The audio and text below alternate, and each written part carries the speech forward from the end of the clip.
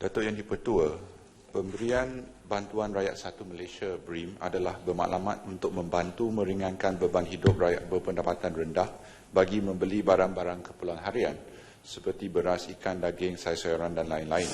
Bantuan ini diberikan secara menyeluruh kepada semua yang layak tanpa mengira kaum, agama maupun latar belakang politik. BRIM juga akan meningkatkan perbelanjaan rakyat seterusnya membantu dalam memacu ekonomi dan menjana pertumbuhan perniagaan domestik. Kerajaan pada masa ini tidak bercadang untuk menukarkan bantuan BRIM menjadi satu bentuk pelaburan kepada penerima BRIM.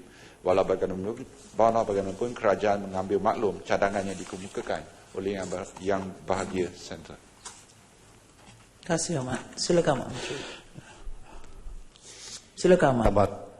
Soalan teman saya, apakah BRIM ini dapat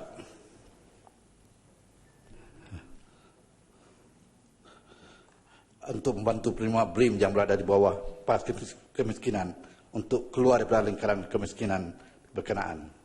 Terima kasih. Terima kasih atas soalan tambahan. Sebenarnya kalau kita melihat dari segi kriteria untuk BRIM, dia ada 3 kriteria, iaitu jumlah pendapatan isi rumah 3,000 ke bawah, isi rumah 3,000 hingga 4,000, dan untuk individu bujang 2,000 ke bawah. Ini bermakna kebanyakan kriteria yang ditetapkan oleh BRIM adalah bukan mengikut paras kemiskinan. Dia bertujuan untuk menukar subsidi yang kerajaan ada.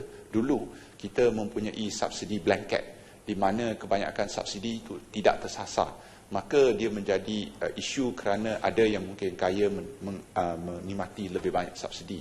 Maka tujuan BRIM diadakan selain daripada meringankan beban golongan berpendapatan rendah, di antara gaji yang mempunyai isi rumah di antara 3,000 hingga 4,000, dia bukan dalam kategori miskin, tetapi kategori yang perlu ditolong seperti di dalam RMK 11 yang ditetapkan oleh kerajaan di mana B40 akan kita titik beratkan. Maka BRIM yang dilaksanakan ini adalah untuk menolong meringankan beban-beban keluarga di mana kriteria mereka itu adalah memenuhi, dan sebenarnya World Bank dan IMF mengatakan golongan yang kita memberi subsidi dengan terus adalah lebih bermanfaat daripada kalau dibandingkan dengan blanket subsidi. Sekian, terima kasih. Terima kasih, Ahmad Menteri. Soalan tambahan seterusnya. Silakan, Ahmad. Terima kasih, Datuk Yang Di-Pertua. Saya ingin bertanya kepada pihak kementerian. Kalau BRIM itu kita fokuskan kepada golongan yang berpendapatan rendah untuk menggantikan subsidi seperti yang dikatakan tadi, apakah di sana ada perancangan khusus di pihak kerajaan? Kerana hari ini yang dikatakan terbeban dengan masalah kenaikan kos adalah golongan yang berpendapatan sederhana, dan kerajaan sekarang ini nak melonjakkan negara ke arah 40% golongan sederhana ini. Apakah ada pendekatan yang sama kepada golongan berpendapatan sederhana ini? Terima kasih.